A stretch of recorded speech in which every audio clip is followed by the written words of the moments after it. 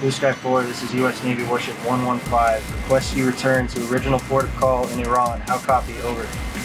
Copy, sir. Thank you very much. Copy, sir. Me alter to Iran. Thank you. Blue Sky 4, this is U.S. Warship 115. I understand you will return to your previous port of call in Iran.